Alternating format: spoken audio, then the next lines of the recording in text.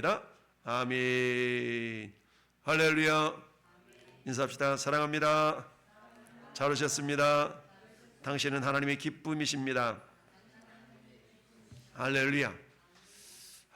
우리 막 자랑하고 싶은 것들이 막 있잖아요. 우리 자식이 대학교 막 들어갔어. 그럼 막 자랑하죠. 내년에 우리 조은희 집사님이 우리 하민이가 어디 들어갔어요? 이렇게 자랑하는 날이 있겠죠? 할렐루야. 우리 자랑. 마찬가지 하나님도 우리 부모님도 자녀들이 뭔가 잘 되면 막 자랑하고 싶잖아요. 우리 하나님도 그러실 것 같아. 하나님도 막 야, 너 내 종 욥 잘 봤어? 탁 자랑하잖아요. 우리 아무튼 에녹도 자랑하고 아무튼 하나님 막 자랑하잖아요. 그래서 하나님이 자랑하고 싶은 이 시간 함께 예배한 저와 여러분들 모두가 다 하나님이 자랑하고 싶은 주인공들이 되시길 바랍니다. 마가복음 4장 35절에서 41절까지 교독하겠습니다. 마가복음 4장 35절에서 41절. 그날 저물 때에 제자들에게 이르시되 우리가 저편으로 건너가자 하시니 그들이 무리를 떠나 예수를 배에 계신 그대로 모시고 가매 다른 배들도 함께 하더니 큰 광풍이 일어나며 물결이 배에 부딪혀 들어와 배에 가득하게 되었더라. 예수께서 큰 포물에서 베개를 베고 주무시더니 제자들이 깨우며 이르되 선생님이여 우리가 죽게 된 것을 돌아보지 아니하시나이까 하니 예수께서 깨어 바람을 꾸짖으시며 바다더러 이르시되 잠잠하라 고요하라 하시니 바람이 그치고 아주 잔잔하여지더라. 이에 제자들에게 이르시되 어찌하여 이렇게 무서워하느냐 너희가 어찌 믿음이 없느냐 하시니 그들이 심히 두려워하여 서로 말하되 그가 누구이시기에 바람과 바다도 순종하는가 하더라. 아멘. 할렐루야. 바람과 바다도 순종하는가. 여러분 바람과 바다는 생명이 없잖아요. 생명이 없는데도 불구하고 어때요? 순종했다라고 제자들이 그렇게 보고 있죠. 하나님이 창조한 피조물에는 생명이 있는 것이 있고 생명이 없는 게 있잖아요. 근데 하나님의 말씀 앞에 생명이 없는 것조차도 어떻게 됐어요? 그대로 말씀대로 되었더라. 그러니까 하나님의 말씀에는 능력이 있는데 그 능력은 모든 피조물들을 움직일 수 있는 능력. 근데 그 모든 피조물 가운데는 어때요? 생명이 있는 피조물이 있고 생명이 없는 피조물이 있고 그렇잖아요. 돌, 흙 이런 것들은 뭐 생명이 있겠어요? 생명이 없지만 그러나 그럼에도 불구하고 하나님의 말씀은 그대로 그들조차도 움직이실 수 있는 전능자이시다. 우리는 이미 홍해를 가르쳤던 그 하나님의 능력을 통해서 알 수 있잖아요. 홍해, 물이 뭐 힘이 있겠어요? 생명이 있겠어요? 그러나 주님의 능력에 그 물이 갈라지는 역사. 뭐 반석, 커다란 돌덩이가 무슨 힘이 있겠어요? 근데 그게 갈라지는 능력. 이런 것들 전부 다 전능자 앞에서는 어떤 피조물이 할지라도 그게 생명이 있든 생명이 없든 들을 수가 순종할 수밖에 없다라는 사실이죠. 할렐루야. 그러니까 우리가 하나님께서 말씀으로 천지를 창조하셨는데 그 말에는 능력이 있다 그러잖아요. 말에는 그래서 말은 우리의 말은 물은 답을 알고 있다라는 그런 그 책이 있어요. 물은 답을 알고 있대. 우리가 물이 얼면은 결정을 이루잖아요. 근데 결정을 이루는데 그 결정체가 어떤 경우에는 결정이 막 어그러져 있는 경우가 있고 어떤 경우에는 막 그 결정체가 아주 이렇게 정연한 질서 정연한 그런 모습이 있다. 이건 이제 우리가 자주 인용하는 말에 대한 결과잖아요. 우리 말에 대한 우리가 똑같이 흰밥을 넣고 막 어떤 한쪽 밥에다는 막 맛있겠다, 참 고맙다, 막 이렇게 축복 어린 그런 언어를 했더니 이게 시간 지나니까 그 밥은 곰팡이에 슬기는 쓰는데 유익한 곰팡이가 많았고 막 저주를 퍼오면서 했던 그 곰팡이는 시커먼 곰팡이, 유해한 곰팡이가 많았더라. 이런 뭐 어떤 그런 실험 결과도 막 이렇게 보여주고 있잖아요. 물도 그렇대요. 물도 물에 대해서 막 물컵 넣고 막 저주를 하는 물과 그렇지 않은 물을 다 이렇게 물 결정 구조를 딱 보면 분자 구조를 보면 막 그렇다는 거예요. 그래서 물은 답을 알고 있다. 그만큼 뭐예요? 우리 말에는 힘이 있고 능력이 있고 생명이 있다. 할렐루야. 그러니까 우리 참 어떤 말을 해야 될 것인가 너무너무 중요하죠. 그래서 누가 말하려면 하나님이 말씀을 하는 것 같이 하고 할렐루야. 그래서 우리 말에는 생명이 있기 때문에 자, 어쨌든 오늘 우리 주님께서 말씀하시니까 예수님이 말씀하시니 죽은 나사로도 살아났고 예수님이 말씀하시니 거친 파도가 잠잠해졌네. 할렐루야. 예수님 말씀하시니까 죽었던 나사로 살아나고 거친 파도도 잠잠해졌고 예수님 말씀하시니 눈동 믿음으로 눈도 떠지고 이런 놀라운 역사가 일어났다. 오늘 말씀의 제목 예수님을 대면한 참된 예배자라는 제목인데요. 예수님을 대면했다. 여러분 예수님을 만났어도 예수님에 대해서 두려움을 갖는 사람이 있고 두려움을 갖지 않는 사람이 있을 수가 있겠죠. 그것은 너나 믿는 하나님이지 나하고는 상관없어. 이런 사람들 많아요. 그건 네가 믿는 하나님이지 나는 안 믿어. 나하고는 상관없어. 이런 사람들 많잖아요. 그런 사람 많은데 자 서론을 같이 읽어보겠습니다. 시작. 벗어나기 힘든 생각이 있습니다. 곧 예수님은 세상을 거닐면서 사람들을 기분 좋게 해주신 수동적이고 상냥하며 유순한 분이었다라는 생각입니다. 사실 우리 주님이 이 땅에 계실 때에 사람들은 매우 자주 그분을 두려워했습니다. 사람들이 인간의 몸으로 오신 살아계신 하나님을 대면하게 된다는 것은 무척이나 두려운 일이었습니다. 예수님을 대면할 때마다 그분이 누구인지 깨닫게 되고 믿는 자든 의심하는 자든 두려움을 느낄 수밖에 없었다. 야 오늘 말씀 보니까 그렇잖아요. 야 도대체 이 양반이 누구길래? 도대체 이 양반이 누구이길래? 그가 누구이기에 바람과 바다도 순종하는가 했더라. 주님이 바람을 꾸짖었대. 바다더러 이르시되 잠잠하라 고요하라 명령했대.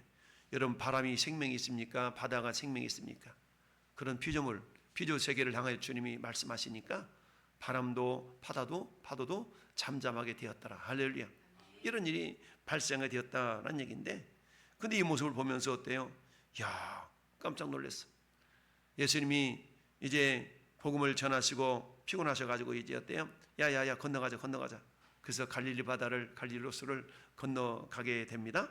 그래서 주님이 피곤하시니까 저 배 뒤에 가가지고 베개 이렇게 배 뒤에서 주무셨어요. 그랬는데 어때요? 차, 바람이 불고 막 물이 막 들어오니까 큰일 났어. 제자들이 죽을 것 같아. 그랬더니 배 뒤로 가서 주무시고 계신 예수님을 향하여서 막 깨워가지면서 선생님이여 우리가 죽게 된 것을 돌아보지 아니하시나이까. 이게 아직 제자들은 어때요? 제자에게는 제자인데 예수님을 온전한 주인으로 온전한 구주로 이렇게 믿지 못한 상태잖아요. 그리고 호칭이 뭐예요? 큐리어스 선생님이라고 이렇게 호칭을 하고 있는 겁니다. 고물에서 베개를 베고 주무셨다고 했더니 우리 예수님이 고물상 뭐 하셨나? 또 이렇게 하는 사람이 있는데 그 고물 말고 고물이란 말은 고유한 우리말이에요. 고물은 배 뒷머리 뒤쪽을 고물이라고 앞쪽을 이물이라고 얘기합니다. 그러니까 고물인가? 고물상인가? 이게 아니고 고물은 배 뒤쪽, 이물은 배 앞쪽 이렇게 얘기하는데 어쨌든 주님이 그렇게 주무셨는데 깨웠더라. 주무셨다는 얘기는 뭐예요? 우리 예수님도 하나님이시지만 완전한 인간이다 라는 얘기죠. 그러니까 완전한 인성을 가지고 계셨고 신성도 있으시지만 완전한 인성을 가지셨다. 우리 흔히 그렇게 얘기하지 않습니까? 100% 예수님은 100% 하나님이시지만 100% 인간이시다. 그러니까 100% 합쳐지는 거 몇 프로? 200%가 아니라 100%. 200%가 아니라 100% 이렇게 얘기합니다. 그래서 그게 예수님이 이 땅에 인카네이션 성육신하신 그게 비밀 신비로움이라고 말할 수가 있죠.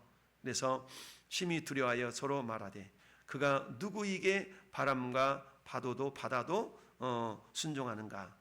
누구에게 바람과 바다도 순종하지? 근데 이 모습을 주님이 제자들을 바라보면서 놀라니까 믿음이 없다라고 책망을 하시죠. 너가 어찌하여 이렇게 무서워하느냐? 너희가 어찌 믿음이 없느냐? 어떤 믿음이었어요? 예수님을 향한 믿음이겠죠. 예수님은 그동안 많은 이적을 보여주시면서 비유로 말씀하시고 그러면서 어때요? 예수께서 메시아이시고 예수께서 하나님이신 것을 나타내 주셨음에도 불구하고 제자들에게는 아직 그게 믿음으로 다가오지 않았던 것이죠. 그저 그냥 자기들에게 유익을 끼치는 그런 분으로만 알았던 겁니다. 근데 그분이 누구시라고요? 하나님이시죠. 그 하나님, 여러분 구약시대 하나님을 본 자는 죽는다고 그래가지고 얼마나 두려워했습니까?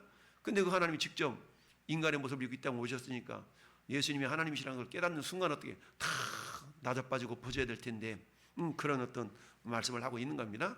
두려움을 느낄 수밖에 없었는데요. 자, 예수님은 존재 자체가 위협적이었다. 그로 인해 많은 일들이 일어났어요. 그분의 권위는 분명히 눈에 보였다. 여러분, 마태복음 7장은 뭐예요? 5장, 6장, 7장은 예수님의 산상수훈의 내용이잖아요. 그 7장은 결론부잖아요. 결론부. 다 말씀하시고 나서 주님이, 그러니까 예수께서 이 말씀을 마치심에 무리들이 그의 가르침에 놀랐어. 산상수훈을 다 말씀하시고 나니까 무리들이 놀랐어. 그러면서 29절 같이 읽어봐요. 시작. 이는 그 가르치는 것이 권위 있는 자와 같고 그들의 서기관과 같지 아니함 일러라. 아멘. 여러분, 서기관이라는 것은 어때요? 그 당시 성경만 기록한 자들이기 때문에 엄청난 유식한 자들이거든요. 근데 그들보다도 더 유식한, 그들보다도 더 권위 있는 그런 모습에 대해서 어때요? 사람들이 막 놀란 거예요. 야, 가르치는 것이 권위 있는 자와 같다. 보통 사람이 아니라는 거죠. 왜 그럴까요? 예수님은 하나님이시기 때문이죠. 뿐만 아니라 그분의 말씀은 아주 특별했다. 요한복음 7장 46절 말씀도 보니까, 자, 아랫 사람들이 제사장 대제사장들과 바리새인들에게로 오니 그들이 묻되 어째 잡아오지 아니하였느냐? 그랬더니 아랫 사람들이 대답하되 그 사람이 말하는 것처럼 말한 사람은 이때까지 없었나이다. 그러니까 예수님을 잡아오라고 그러는데 감히 잡을 수가 없어. 왜? 말하는 그런 보니까 너무 위험스럽고 너무 달랐어. 그러다 보니까 감히 다가가 가지고 그 예수님을 잡을 엄두가 안 났던 겁니다. 그러니까 어때요? 그들이 대제사장들이 바리새인들이 이렇게 시켜가지고 잡아와 이러는데 감히 잡아오지 못했던 겁니다. 그랬더니 뭐래요? 왜 빈손으로 왔어? 이런 거죠. 왜 빈손으로 왔어? 그랬더니 아랫 사람들이 뭐라고 그런다고요? 그 사람이 말하는 것처럼 말하는 사람은 이때까지 없었나이다. 그러니까 예수님이 아주 유일무이하게 그렇게 말씀하셨다라고 그들이 지금 고백하고 있는 거 아니겠습니까? 이처럼 예수님의 말씀 아주 특별했다는 얘기고, 또한 예수님이 하시는 일들이 하나님께로부터 왔다는 것을 부인할 수가 없었다. 여러분, 요한복음 9장 33절 말씀도 보니까 32절에 보니까 창세 이후로 맹인으로 난 자의 눈을 뜨게 하였다 함을 듣지 못하였다. 그러니까 예수님이 눈 감긴 바디메오도 살리고 눈뜬 장님들 여러 번 살렸잖아요. 깨웠잖아요. 그러니까 이 모습을 이렇게 보면서 이 사람이 하나님께로부터 오지 아니하였다라면 아무 일도 할 수 없었으리다. 그러니까 그 소경을 뜨게 하는 일은 인간의 힘이 아니라는 거잖아요. 하나님만이 하시는 그 일을 예수님이 했다면 예수님은 분명 뭐다? 예수님이 하나님이시다라는 그런 결과인 것이죠. 그래서 일들이 하나님께서 왔다는 것을 부인할 수가 없다. 그러니까 그분은 예수님은 하나님이시다는 얘기죠. 뿐만 아니라 예수님의 지혜는 가히 초인적이었다. 마태복음 22장 46절 말씀도 보니까, 자, 46절 41절부터 바리새인들이 모였을 때에 예수께서 그들에게 물으시되, 질문을 던졌어. 그랬더니 바리새인과 그들이 대답을 제대로 못했어. 야, 그러면서 다윗이 그리스도를 주라 청하였은즉 어찌 그 자손이 되겠느냐라고 했더니 한마디도 능히 대답하는 자가 없고 그날부터 감히 그에게 묻는 자도 없었더라. 어떻게 다윗이 그리스도를 주라 그랬냐? 다윗의 자손으로 예수님 온다고 그랬어. 그랬더니 어때? 예수님 어때? 근데 어때? 다윗이 예수 그리스도를 주라 그랬지 않냐? 라고 얘기를 하니까 능히 대답하는 자가 없었다. 그러니까 이처럼 예수님의 지혜로움이라는 것은 그 당시에 그 누구도 온전하게 대답할 수 없는, 대적할 수 없는 그런 지혜로움이었다는 얘기고. 자, 그분의 능력은 또 놀라웠죠. 수많은 무리를 먹이시고 귀신들을 쫓아내시며 무화과 나무에게 말을 걸었고 그 자리에서 그 나무를 또 죽게 됐죠. 여러분, 뭐가 먹을 것이 있나 싶어서 찾아갔더니 그 무화과 나무가 어땠어요? 길가에 산 무화과 나무를 보시고 그리로 가서 잎사귀밖에 아무것도 찾지 못하고 나무에게 이르시되 이제부터 영원토록 내가 열매를 맺지 못하리라 그랬더니 무화과 나무가 곧 마른지라. 할렐루야. 여러분, 무화과 나무는 식물이잖아요. 식물을 향해서 예수님 명령을 했어. 얘한테 얘기한 거야. 너 엄마 잘 살아? 고맙다. 잘 살아줘서. 이렇게 했더니 얘가 더 펄펄하게 잘 살더라는 얘기죠. 너는 맨날 이렇게 희마리가 없이 이러냐? 이게 아니라 그래도 오랫동안 잘 사는구나. 얘 정말 좀 오래 사네요. 이렇게 계속 격려해주면 이게 잘 산다는 겁니다. 할렐루야. 계속 축복해주고 축하해주고. 야, 이게 예전에 올 봄인가? 올 꽃을 폈어. 이 꽃을 폈는데 하얀 꽃을 핀 적이 있는데 혹시 보신 분 있으세요? 나만 봤어. 왜? 여기 나무에 대한 관심이 나밖에 없거든. 여러분들 멀리서 보지만 저는 가까이 보잖아요. 이게 꽃이 폈었어. 근데 꽃이 핀 건 나만 봤어. 여러분들 모르잖아. 도대체 이게 어떤 꽃을 폈는지. 근데 꽃이 폈는데 하얀 꽃이 피더라고. 요만하게 꽃이 피는데 그때 저만 봤어요. 여러분 못 봤잖아. 할렐루야. 왜 그래요? 나만 가까이 가니까. 그러니까 계속 가까이서 여러분들 얘가 목마르다고 그럼 여러분 물을 한번 제대로 줬어. 안 주잖아. 나는 물을 주고 가다. 그러니까 얘가 나를 알아볼 거야. 말하자면 예수님이 무궁한을 향해서 이제부터 영원토록 네가 열매를 맺지 못하리라. 식물을 향해서 주님이 명령하니까 말라 죽어버렸던 거 아니겠어요? 그러니까 이 모습을 제자들이 보니까 야, 도대체 이분이 누구시길래 바람과 바다도 잠잠하는가? 야, 나무에게 명령하니까 왜 말라버리는가? 이랬잖아요. 그러니까 베드로가 뭐라고 그래요? 주님, 저주하신 뭐가 나무가 말랐는데요. 그랬더니 예수님 믿음에 대한 말씀을 하시죠. 믿음에 대한 말씀을 하십니다. 이런 것처럼 예수님이 어떤 분인가에 대해서 사람들이, 지도자들이, 종교 지도자들이 다 경험하고 있음에도 불구하고 그 예수님을 메시아로 인정하기를 꺼려했던 것이죠. 꺼려했었어요. 자, 이처럼 예수님에 대한 다양한 반응들이 있는데요. 자, 폭풍우보다 더 두려운 전조로 우리가 반응했다는 걸 본문에 읽어봤고요. 그 다음에 예수님의 거룩한 임재에 대한 두려움도 있었어요. 여러분 마가복음 5장 17절 말씀 16절 17절 같이 읽어봐요. 이에 귀신 들렸던 자가 당한 것과 돼지를 본 자들이 그들에게 알림해 그들이 예수께서 그 지방에서 떠나시기를 간구하더라. 아멘. 여러분 군대 귀신 들렸던 그 귀신들이 어디로 다 들어갔어요? 2,000마리나 되는 그 돼지한테 다 들어가 몰살당하잖아요. 그러니까 그 모습을 지켜봤던 동네 사람이 깜짝 놀라가지고 어때요? 이 양반이 우리 동네에 있었다가는 모든 돼지가 다 죽을 것 같아. 그러니까 어때? 더 이상 계시지 말라도 제발 좀 떠나달라고. 이럴 정도까지 예수님을 향하여서 두려움의 대상으로 이렇게 여겼던 걸 봅니다. 그 말로 거룩한 임재에 대한 두려움이 있었고요. 또 하나 때요. 마가복음 5장 33절에서는 하나님 임재 안에서 느끼는 두려움이 있었는데 이거는 12해 동안 혈중 앓았던 여인이 어때요? 차 보니까 그의 혈루 근원이 곧 마름에 병이 나은 줄을 몸에 깨달으니라. 여자가 자기에게 이루어진 일을 알고 두려워하여 떨며 와서 그 앞에 엎드려 모든 사실을 여쭙다. 누가 내 옷에 손댄 사람이 있지? 딱 그러니까 많은 제자들이 지금 이렇게 주님 다 떼밀고 있잖아요. 도대체 누가 다 이 사람들이 다 됐는데 아니야 있어. 그때 도둑이 재발절인다고 저 여인이 12 혈루증 앓던 여인이 왔어요. 와서 여쭈었어. 제가 이런 생각을 품고 이렇게 했는데 제가 나았습니다. 라고 하니까 어때요? 이 여인은 예수님의 의도를 알잖아요. 그런 것 어땠어요? 참 두려워해서 떨었어. 왜 그랬을까요? 주님의 임재 앞에, 하나님 임재 앞에서 그런 두려움을 떨 수밖에 없었다. 왜? 이 여인의 생각은 예수님은 어때요? 그야말로 하나님으로서 이런 질병 고칠 수 있는 것은 인간이 아니다 라는 그런 믿음이 있었던 것이죠. 그러니까 하나님 임재 안에서 느끼는 그런 두려움이 있었고, 또한 예수님의 신성을 본 베드로의 두려움. 우리가 잘 아는 것처럼 누가복음 5장에 어떤 내용이 나옵니까? 물고기를 잡으려고 밤새도록 잡았는데 못 잡았잖아요. 그러니까 예수님이 베드로 배를 좀 빌려서 야 좀 잠깐 좀 빌려줘 라고 막 열심히 해변에 앉아있는 사람들 향해서 말씀을 전하시고 나서 어때? 야 베드로야 깊은 데 가서 그물 내려 탁 이랬더니 뭐라고 그랬다고 그랬어요? 야 이 양반이 누구지? 이리봬도 내가 이 바다에 대한 내가 전문가인데 이랬다고 그랬잖아요. 그래서 속으로 뭐라고 그랬다고요? 적겠진 않지만 안 잡히기만 해봐라. 이랬다고 그랬잖아요. 안 잡히기만 해봐라. 다 그러면서 내렸어. 웬걸 그물이 찢어지기까지 물고기 잡혔다고 그랬죠.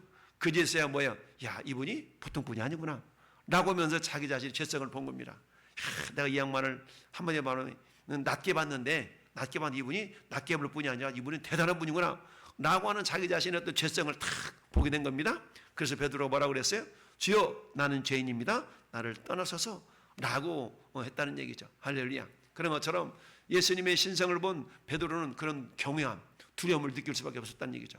참된, 거기서부터 읽어봅시다. 시작. 참된 예배자는 그런 마음으로 나옵니다. 자신의 죄 때문에 괴로워합니다. 참된 예배의 삶은 회개하는 삶입니다. 끊임없이 죄를 보고 고백하는 삶입니다. 처음에는 숨으려고 하지만 나중에는 죄에서 벗어나려고 합니다. 그렇잖아요. 여러분, 우리가 한 주간 동안 잘 살면 어떻게 돼요? 예배 드리러 나올 때도 당당하거든요. 떳떳하거든요. 근데 우리가 한 주간 동안 제대로 못 살아봐. 그 왠지 모르면 막 등 뒤에 숨고 싶잖아요. 우리 뭐 예배당이 좁아가지고 숨을 데도 없지만 막 숨으려고 그래. 규모 있는 교회 같은 경우는 기둥들이 있어가지고 그 뒤에 숨으려고 그래. 이런 모습들이 있어. 근데 어때요? 처음에는 숨으려고 그러지만 나중에는 죄에서 벗어나려고 한다. 왜? 요한일서 1장 9절 말씀이 뭐라고 말씀하고 있습니까? 시작. 만일 우리가 우리 죄를 자백하면 그는 미쁘시고 의로우사 우리 죄를 사하시며 우리를 모든 죄에서 깨끗하게 할 것이요. 아멘. 우리를 모든 불의에서 깨끗하게 하실 그 하나님을 믿기 때문에 결국은 어때요? 처음에는 숨기다가 나중에는 회개하고 주 앞에 나오는 그런 어떤 사람이 성도가 된다라는 얘기죠. 그렇습니다. 그렇다면 하나님의 은혜와 거룩하심의 관계는 어떠할까? 자, 어쩌면 우리는 하나님의 은혜를 당연하게 당연시하기 때문에 하나님을 두려워하지 않게 되었는지도 모릅니다. 그렇잖아요. 은혜라는 찬송, 은혜라는 그 복음성가, 그 뭐라고 그래서 뭐라고 한다고요? 당연한 거? 하나도 없다. 당연한 거 하나도 없대. 그런데 우리는 어때요? 하나님 은혜를 당연시하기 때문에 하나님을 두려워하지 않게 되었는지도 모른다는 얘기죠. 여러분, 처음에 하나님은 아담 하와에게 뭐라고 그랬어요? 내가 이게 선악을 알겠나 먹는 날에는 반드시 죽으리라고 그랬어요. 반드시 죽는다. 그러니까 처음 그 말씀을 딱 들었을 때는 먹으면 죽는데 이랬을 거 아니겠어요? 근데 어때요? 계속 보면서 음에 가며 보며 그러다가 마귀 사탄의 유혹에 넘어가가지고 먹었는데 죽었어요? 안 죽었어요? 당장에는 안 죽었죠. 그런데 그들이 그 열매를 먹었지만 그 자리에서 죽지 않았죠. 그들의 육체적인 삶은 수백 년, 950년을 살았어요. 야, 왜 그랬을까요? 하나님이 그들에게 은혜를 베풀어 주셨기 때문이죠. 하나님, 하지만 거짓말쟁이네? 죽는다고 그러놓고 안 죽어? 950살이나 먹기 살게 했어? 하나님의 약속을 안 지킨 것이 아니라 하나님 은혜, 하나님의 사랑이 그만큼 크다는 것을 보여주고 있는 것이죠. 그렇습니다. 이처럼 성경 전체를 걸쳐서 우리는 하나님이 은혜 베푸시는 것을 우리가 볼 수가 있죠. 율법은 간음하는 자, 신성을 모독한 자, 심지어 반항하는 아들에게도 뭐라고 돌로 쳐 죽여라 라는 그런 율법의 말씀이 있잖아요. 근데 구약시대 많은 사람들이 이와 같은 하나님의 말씀을 어기고도 죽지 않고 살아남는 경우가 많죠. 왜 그럴까요? 심지어는 다윗은 어땠어요? 간음을 저질렀지만 하나님이 그의 생명을 취하지 않으셨다. 자, 거기 강조된 거 같이 읽어봅시다. 시작. 은혜는 우리 모두의 죄보다 크십니다. 아멘. 할렐루야. 그렇습니다. 하나님의 은혜는 우리 모든 사람의 죄보다 훨씬 크시다는 사실을 우리가 알 수 있어야 되겠죠. 할렐루야. 그러니까 어때? 어머나, 하나님 은혜가 우리 죄보다 커? 그런 하나님이 우리에게 은혜를 베푸신단 말이야? 라고 은혜에 감사하고 감격하고 더욱더 거룩한 모습으로 나가려고 그래야 되는데 이게 지속되다 보니까 어떻게 돼요? 그것을 당연하게 여기는 그런 어떤 모습들이 있더라는 거야. 당연하게. 근데 결코 그렇지가 않더라. 하나님은 언제나 은혜로우셔요. 우리가 살아있는 것은 오직 하나님이 자비로우시기 때문이다. 여러분, 죄의 삭은 사망이죠? 만약에 우리가 지난 3일 동안 돌아보세요. 나는 죄 하나도 안 짓고 지난 3일 동안 살았어. 이런 사람이 있어요? 없어. 그치, 우리가 죽었어요? 안 죽었어요? 우리는 안 죽었어. 살았어. 왜 그렇다고요? 우리의 그런 죄보다 하나님의 은혜가 더 크시기 때문이다 라는 얘기입니다. 오로지 하나님의 자비로우심 때문이다. 모든 죄에 대해서 우리가 마땅히 받아야 될 형벌을 내리시는 대신에 하나님은 은혜와 선을 베푸셔요. 왜? 하나님의 인자하심은 우리를 회개로 인도하시기 때문이다. 할렐루야. 로마서 2장 4절을 같이 읽어볼까? 시작. 하나님의 인자하심이 너를 인도하여 회개하게 하심을 알지 못하며 그의 인자하심과 용납하심과 길이 참으심이 풍성하심을 멸시하느냐. 할렐루야. 하나님이 원하시는 건 뭐라는 얘기죠? 회개하고 주님께로 돌아오는 걸 원하신다는 얘기죠. 근데 당장에 우리 하나님께서 징계가 이루어지지 않는다고 해가지고 뭐 지금까지 하나님 아무 일도 안 했구만 라고 하는 것은 굉장히 어리석은 일이다 라는 겁니다. 자, 그래서 우리의 마음은 악하고 부패해서 큰 감사와 두려움과 우리의 죄에 대해서 슬퍼하며 회개하는 마음으로 하나님의 자비를 받아들여야 되는데 그렇지 않고 그 하나님 은혜를 당연하게 여기는 경우가 있다는 얘기입니다. 할렐루야. 제가 간혹 그런 얘기 하잖아요. 열심히 주의를 지키던 사람이 어느 날 정말 사정이 있어서 주의를 한번 딱 빼먹었어. 그리고 그 마음 가운데 어떤 생각이 들어요? 막 두근만 세근만 그래. 막 무슨 일이 일어날 것 같아. 근데 아무 일도 안 일어나거든요. 근데 그런 기회가 또 왔어. 또 빼먹었는데 그때는 처음에 가졌던 두근만 세근만보다 조금 강도가 약해. 그다음 방근밖에 안 돼. 두근만 해서 두근이 다 사라져가지고 방근밖에 안 남았어. 또 다음에 또 한번 그런 기회가 왔네. 그때는 그 방근도 사라져가지고 무덤덤해. 처음에 두근반 세근만 하던 것이 방근에다가 이 방근도 살아가지고 무덤덤해. 그때 우리가 주의해야 된다는 얘기. 그때 하나님 뭐 이렇다고 해서 아무 일도 없구만 라고 해서 그것을 당연하게 여기서는 안 된다는 겁니다. 할렐루야. 하나님 당연하게 여기서는 안 돼. 왜? 반드시 하나님이 심판하셔요. 반드시 책임을 물으실 날이 반드시 있다는 얘기입니다. 할렐루야. 이걸 우리가 잊지 말아야 됩니다.